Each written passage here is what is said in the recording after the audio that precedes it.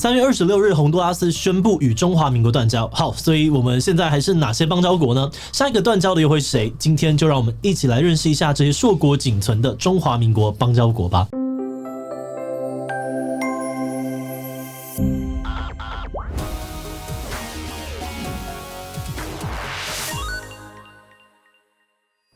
Hello， 大家好，我是志奇。目前中华民国邦交国总共有13个，在中美洲的贝里斯、瓜地马拉，南美洲的巴拉圭，加勒比海地区的海地、圣克里斯多福及尼维斯，圣露西亚、圣文森及格雷纳丁，欧洲的教廷，非洲的史瓦蒂尼，以及太平洋的马绍尔群岛、诺鲁、帛琉、图瓦鲁。邦交国的名单可以这么快速的念完，还真的让人蛮难过的。而更难过的是呢，有许多人认为这些友邦不但小，还整天跟我们要钱。这些靠撒钱租来的邦交国根本毫无忠诚可言，找中国花更多的钱买，他们随时都会走。这印象是真的吗？今天我们将会介绍这些愿意跟我们建交的稀有国家，来看看谁可能会是下一个变心的伙伴，谁又会在中国的施压下依旧对我们不离不弃呢？不过在开始今天的讨论之前，先让我们进一段工商服务时间。应该有很多喜欢旅行的人都很想要挂一幅世界地图在家里，但是要找到一幅适合的世界地图真的不太容易哦。有些是尺寸太小，有些是不够精致，还有一些则是连台湾都没有好好标出来。但这次由乌克兰的木质手作品牌 Enjoy the Wood 推出的画框式原木世界地图，就一次解决了上述的困扰。它不只通过木头制作出了立体又精致的世界地图，在款式上面也有很多选择，像是雕刻版的2色就保留了原木的天然纹理，而全彩版的3色呢，则是透过数位印刷，更细节的标出了首都的名称以及国界内的河流与湖泊。而且我觉得更贴心的是 ，Enjoy the Wood 还提供了3款配件选购，让大家随时都能够追溯旅游的回忆或规划下一次冒险。目前在嘖的预购直到4月13，大家有兴趣的话，赶紧点击下面的资讯栏连结，一起来看看画框式木质世界地图吧。而且现在使用志奇77的独家优惠码小小77，还可以再折扣300元哦。瓜地马拉跟贝里斯是我们在中美洲的邦交国，而这2个国家是隔壁邻居，以农业还有旅游业为主。瓜地马拉有超过1半的人口种植咖啡啊、糖还有香蕉，以玛雅文明的古迹跟火山地形吸引游客。贝里斯呢，则有1半的出口额度是来自于它的农产品。同时珊瑚礁岛跟清澈的海域也吸引了不少潜水爱好者。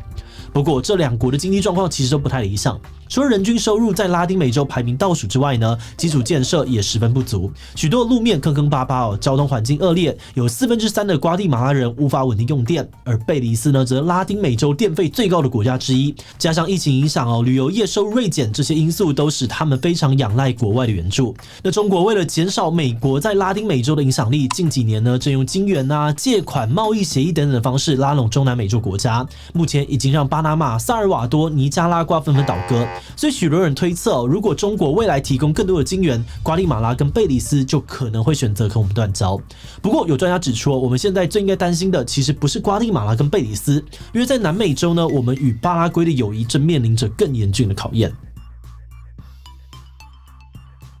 巴拉圭位于南美洲的中心，以农业还有轻工业为主，而其中牛肉是他们比较知名的出口商品。像是我们目前进口的牛肉来源，除了美国，最多的就是巴拉圭。那从建交以来呢，巴拉圭跟我们的关系一直都还不错。例如这次断交事件当天呢，巴拉圭外交部就发出了声明，跟中华民国的关系稳定。不过我们与巴拉圭的友谊可能不像他们说的那么乐观。首先是巴拉圭的政治局势可能改变，目前巴拉圭的在野党主张如果当选就要跟中华民国断交，而现在在野党的民调呢，只落后了2个百分点。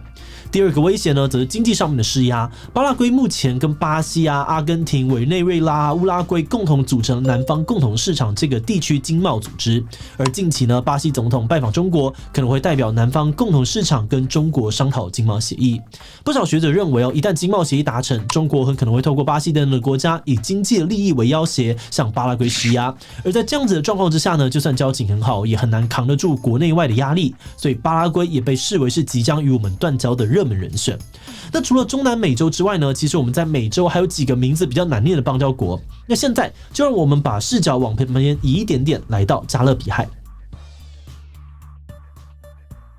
中华民国在加勒比海的邦交国有圣克里斯多福以及尼维斯、圣露西亚、圣文森跟格瑞纳丁、海地这4个国家。那可能有人好奇为什么这么多国家的名字都是圣开头的？这主要是因为这些岛屿最早都是被欧洲人发现或统治，他们常常呢会以圣徒啊或是神祇的名字呢来为这些地方命名。而海地之所以不是圣字辈则是因为呢他们在被法国殖民的期间发动了武力革命，推翻了殖民政府，才从原本的法属圣多明哥变成了海地。那以上让这4个国家呢被许多人认为是美国的势力范围，在政治稳定的状况之下会跟我们保持邦交关系。但政治稳定的条件似乎并不适用于海地。海地在独立后的100年间换了90个领导者，再加上严重的这个贫困问题，85% 的区域没有电，还经常发生天灾，需要援助的金额呢根本是无底洞。所以有专家预估如果海地的经济跟政治状况持续的恶化，也有可能会突然的改变立场，迅速的与我们断交。不过在要不要断交的问题上面呢，并不是所有国家考虑都是钱，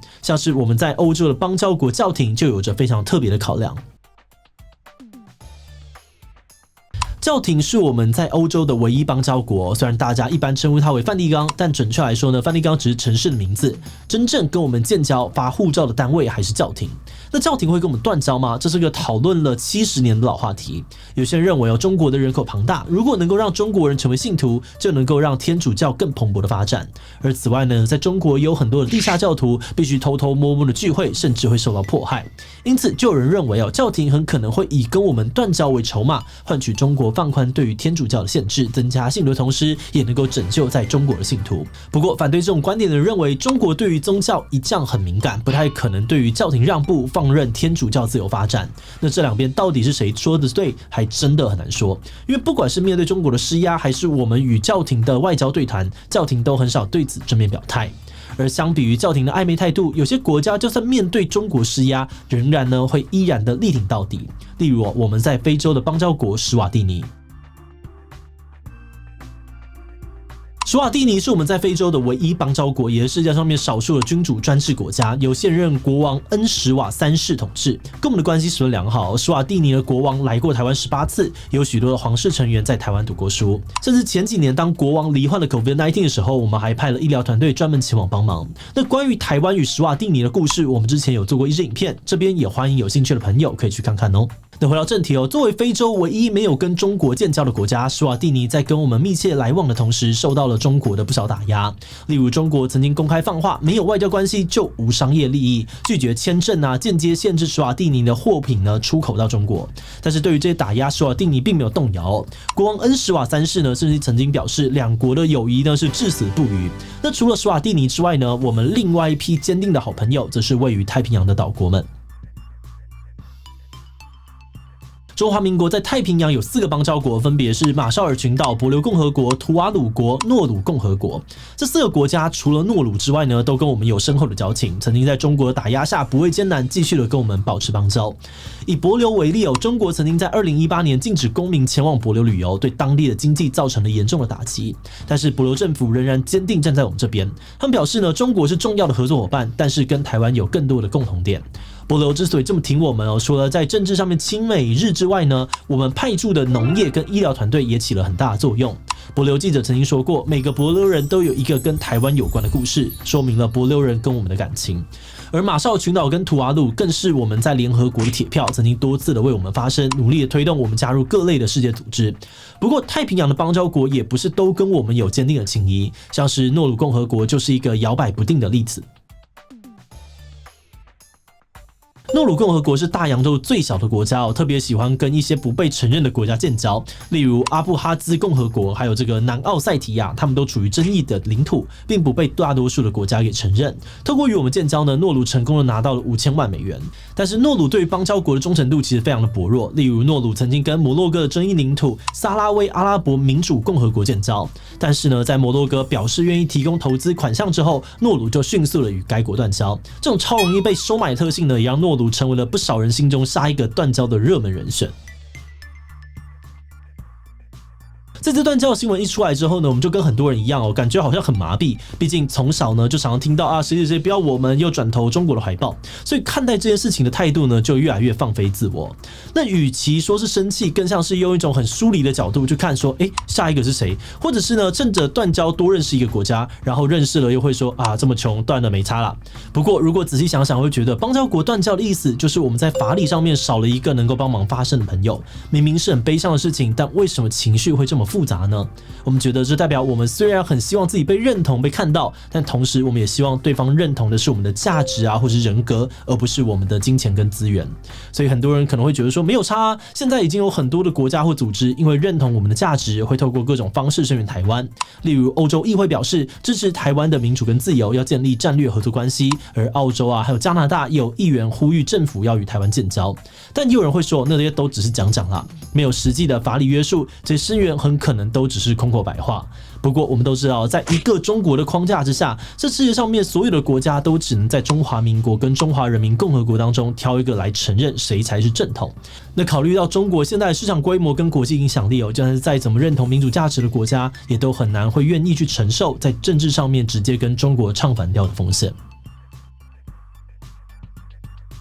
面对这样子的困境呢，有的人会认为不然我们就改掉啊，把中华民国换成台湾，不要自称正统中国不就好了吗？但我们认为不管换什么名字，中国的压力一样都在，因为他们要的并不只是拿下正统中国，而是复兴中华，拿下台湾。另外，改国号或是直接独立建国的门槛真的非常非常的高。以现况来说，很多人就算呢想要直接改叫台湾，也会因为怕激怒中国而投下反对票。也就是说，我们认为外交问题之所以这么的难解，并不是因为它关系到各国之间的拳头或利益，对内呢也跟我们对自我认同的想法啊、意识形态凝聚等等有着非常密切的关系。这当中的每一项都是非常浩大的工程。那在这么混沌的局势当中，一般民众好像什么都不能做，做了也没有用，所以可能就干脆放飞。不过我们自己是觉得也不能够就这样子完全放弃外交啦，因为外交的意义除了提升台湾的国际地位，或者是让别人认同价值这种很高大上的东西之外，其实也跟国家安全、经济发展、一般民众的观光旅游各层面都息息相关。像是我们今天去日本可以免签，其实就是两边的民间都有维持长期的正向交流，并搭配外交人员们不断努力所得到的结果。所以虽然这个结论听起来超级无敌老调但我们还是要说德不孤必有邻，就让我们一起继续的努力吧。好的，那最后呢，想来问大家对于我们未来的外交方针，你觉得应该要怎么做比较好呢？慢慢的摆脱一中框架，让其他国家可以名正言顺的跟台湾互动，而不是什么正统中国。必先维持现状吧，维护中华民国，尽可能的保住剩下的邦交国，然后跟其他大国保持良好的互动。所以这些选择都太困难不知道选哪个，听天由命吧。听其他留言告诉我们你的想法吧。最后，如果你喜欢今天的影片，欢迎分享出去，让更多人知道台湾的邦交国还有哪些。此外呢，也可以点击这个地方看那些跟我们断交的国家以及中华民国的独裁好朋友。那么今天的这一期就到这边告一段落，我们就明晚再见喽。